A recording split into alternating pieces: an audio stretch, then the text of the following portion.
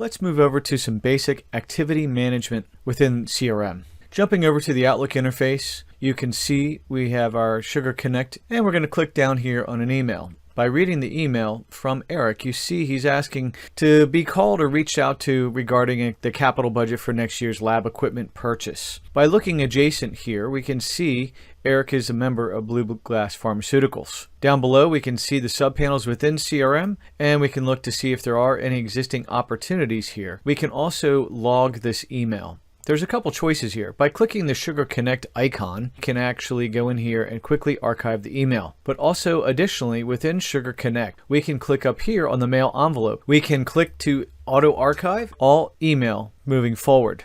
And we can also auto link to opportunities based on the expected close date of the opportunity. Additionally, we can look at the opportunity to capture notes.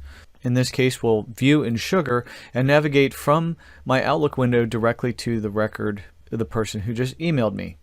While in the call, I can quickly go in here and log a call or add a note. What you'll notice is also because I use the action button, all I have to do is put a little more information in here and hit save.